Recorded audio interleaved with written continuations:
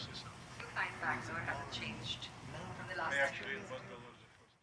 Hello and welcome. This is Analytics India magazine in conversation with Arkadiy Dobkin, the Chief Executive Officer, President, and Chairman of the Board at Epam Systems. I'm Vijayalakshmi Anandin. Hello, sir. How are you doing today? Good, thank you. Thank you for having Welcome me. back to India. So I hear that you have got quite a few plans for expansion in the country when it comes to your company.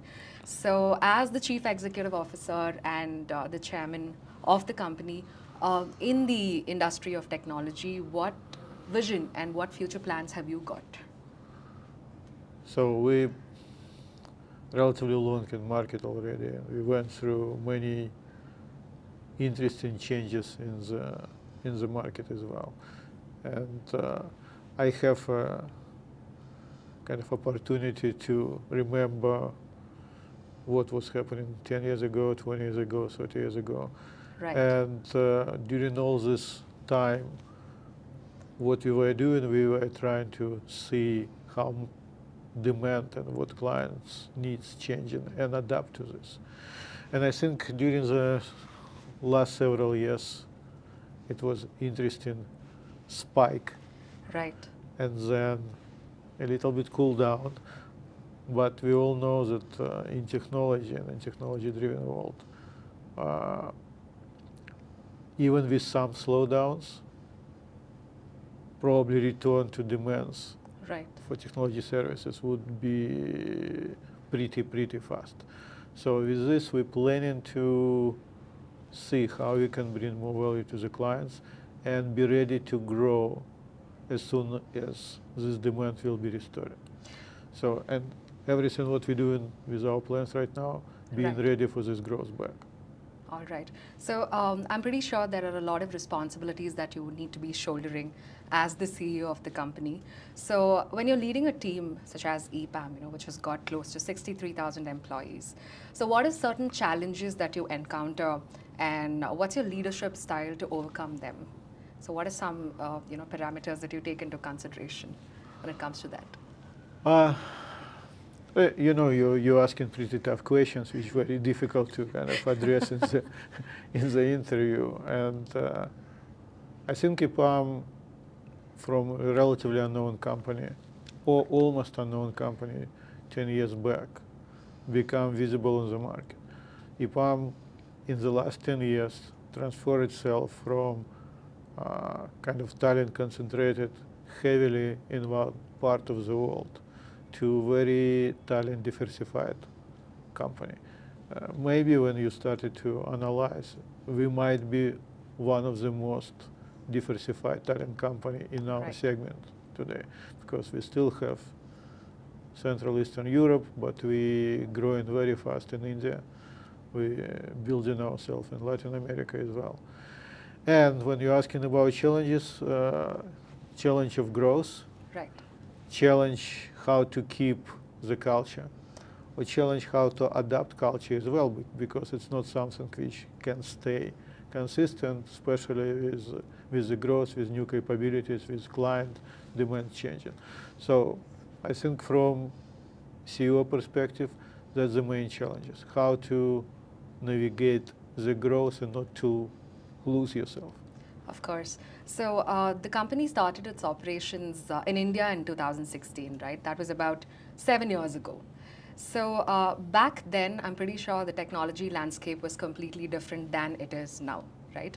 So when you made the decision to start operations in India, so what was the driving factor? So did you see a business opportunity, or was there a story going on in the country that prompted you to take this decision? Uh, Listen, India was on the top mind of technology growth like for the last close to 30 years.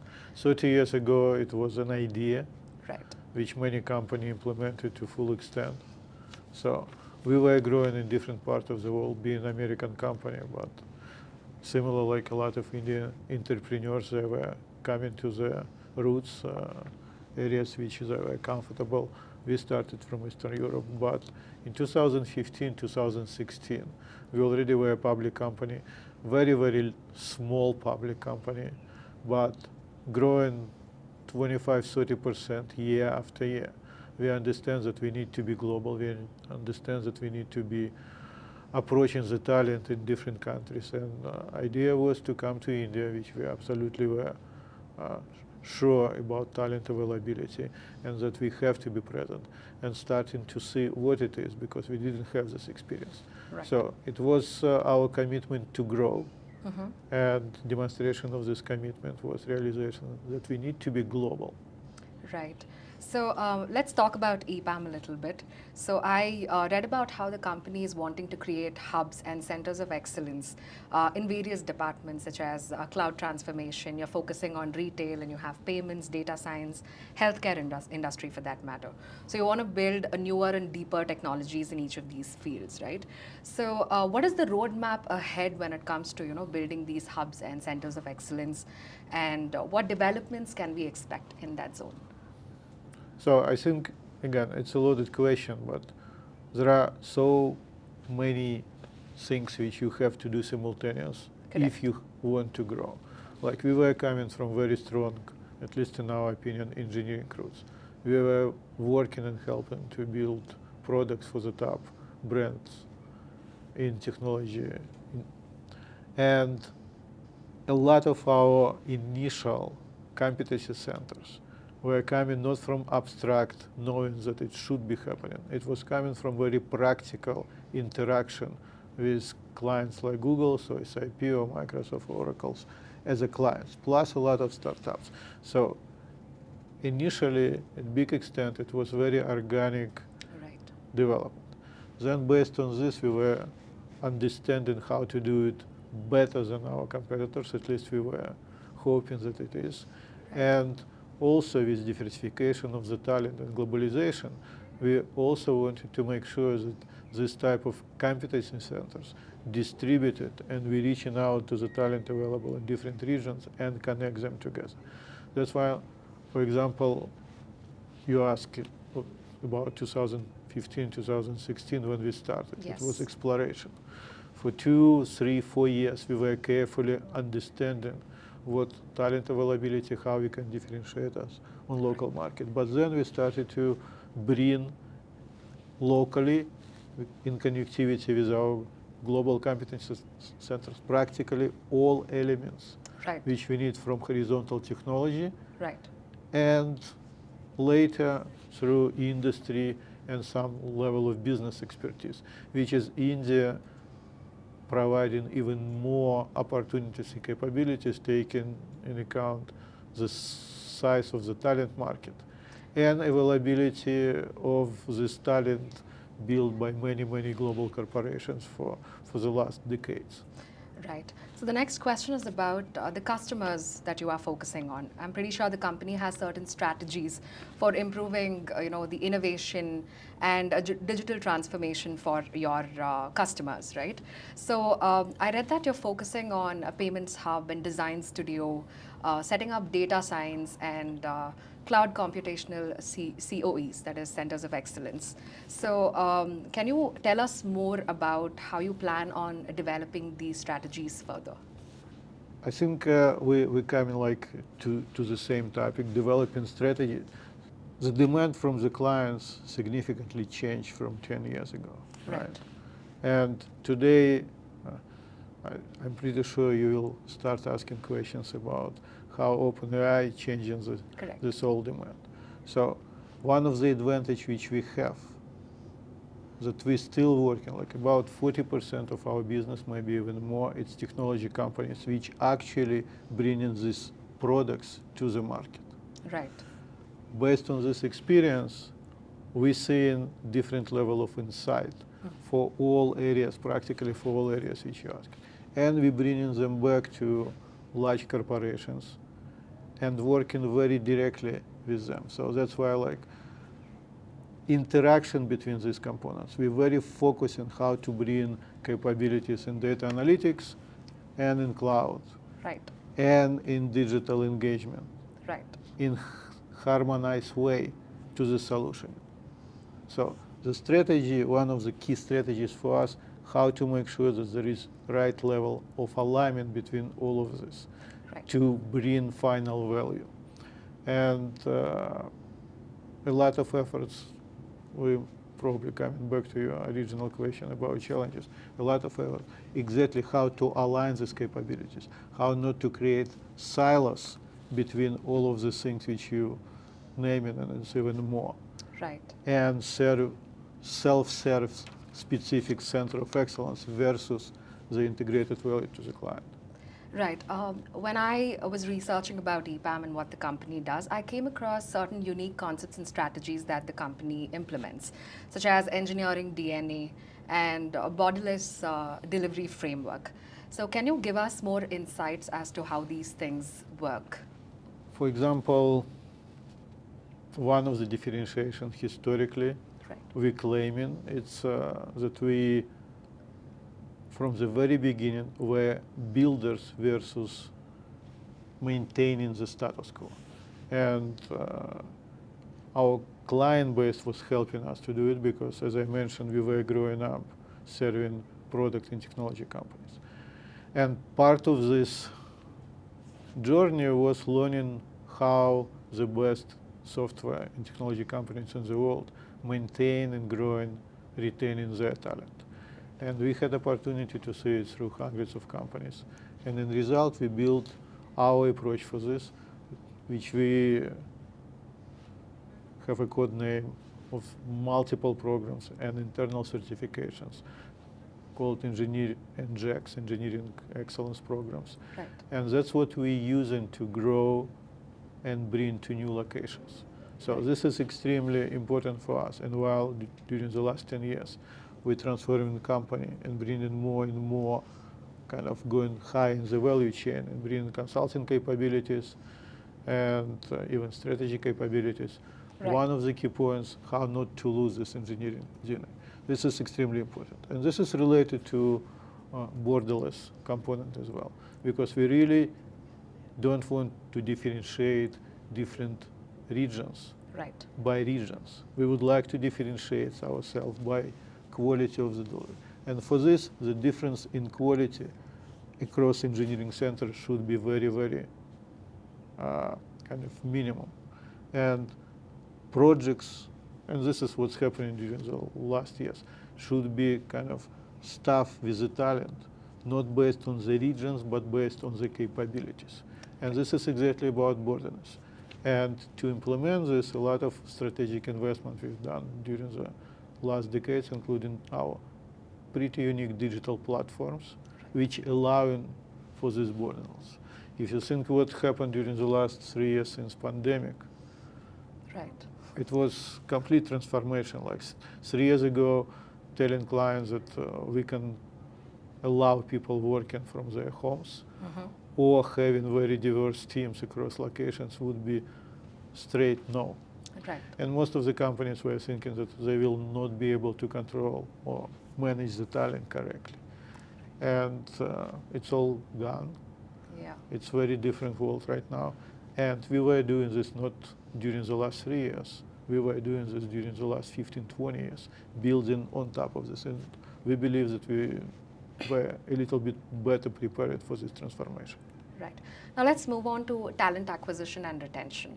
So a recent study suggests that about 56% of technology leaders believe that there is going to be demand for IT talent in the year 2023, right? It's going to grow. And about 52% of them believe that there's going to be more technology spends. So how is Epam positioned in terms of talent acquisition and retention, and what are some challenges that you face on that front? Well, I think this is like evergreen question. So probably for last 2 decades, demand for the talent always was growing with maybe marginal slowdown during this like couple quarters during the pandemic time. Maybe we're experiencing this right now, but general belief very much in line with what you're saying, that it would be short period and everybody would be competing for this. And our approach here to create environment where people can realize themselves, where people would be motivated by interest in work and by very advanced opportunity to grow their skills and capabilities. Again, it's coming back to our engineering DNA, which we would like to maintain. Right. No matter how much we're going to business or consulting, and how to create environment where people actually motivated Right. across regions. And for example, I'm here like during this visit this is my third day, and a lot of meetings with our local leadership and our senior engineers, all conversations about how ensure that we can differentiate ourselves in this very competitive world exactly on technology, engineering, and understanding that what we need to bring to the clients, it's not just services, it's not outsourcing, it's not billing hours, but actually value and business impact. Right. And that's all programs which we invest in kind of around this. Right. Talking about whatever is happening in the tech industry right now, it's quite, all of the people are talking about this. It's the current conversation trend, and that is layoffs, tech layoffs, right? Especially with big players. Despite that, like I mentioned, there's going to be a rise in the headcount in the technology industry, and there are certain, assumptions or predictions in certain cases where they say that, the hiring could be turned towards contractors and offshoring. So, what is your take on this? When you, just to clarify this question, when you say in contractors and offshoring, you're talking about in the market. Right, right. So what you're trying to say is that with all this slowdown, it might be another wave of growth for global delivery centers. Yeah. And I do believe that again, that's a trend which was happening during the last decades as well. Each slowdown was actually empowering globalization, because each time somebody wanted to simply save cost, were driving the industry and companies to understand how much client globalized and how many capabilities exist outside of the central market. I think it would be another wave. I think it's again supported with all advances in technology, partially supported with pandemic when nobody require, or at least these demands become much lower to be present in specific city or in specific country. And even without this, I think the slowdown, in our opinion, will be few quarters with some acceleration after this, because during this time, again, with some similarities to right after pandemic situation, some companies will not stop investment to technology and will demonstrate to more careful companies that they will be losing if they not very quickly respond, which would create another wave.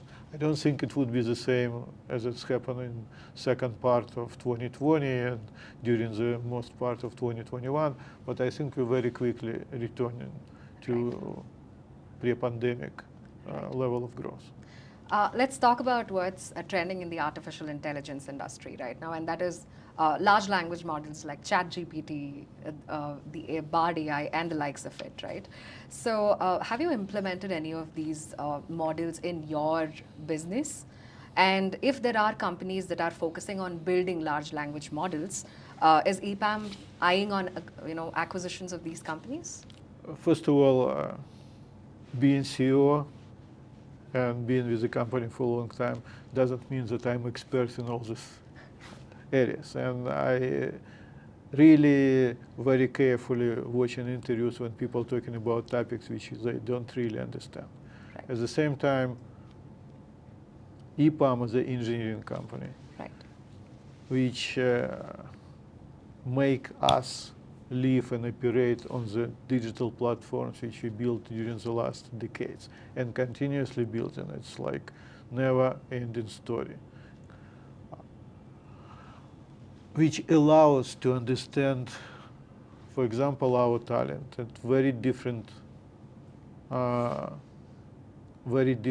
level than many other companies on the market. We believe this is one of the advantages, which means that we have a lot of data, that we played with this even before this and try to understand what the productivity components, how we can improve it, how we can share data, how we can do predictive for talent and other different things.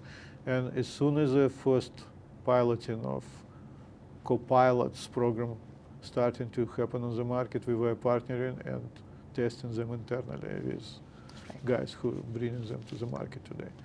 So at the same time, as I mentioned, I'm not an expert in this area. We have competency centers focusing on this. I think it would be developing so quickly that any predictions today, it's a little bit waste of time. I think we almost in real time will be watching what would be happening with some specific component of the markets.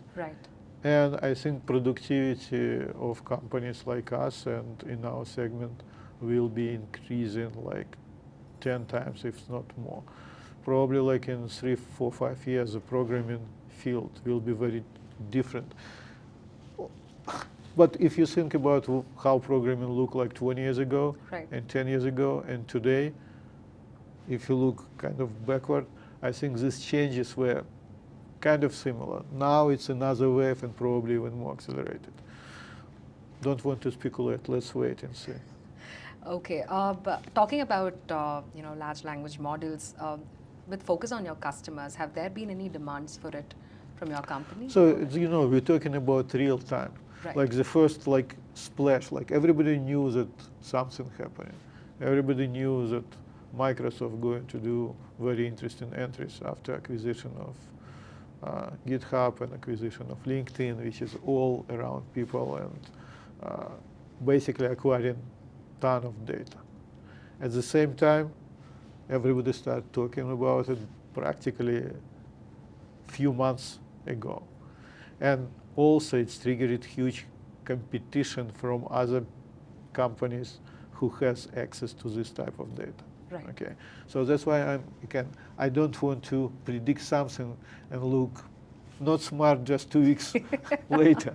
Let's wait and see. Yeah, because of the nature of how it's constantly evolving. Yeah, it's very, very fast. That's why these long-term plans, I think we just need to watch what's happening and adapt very quickly.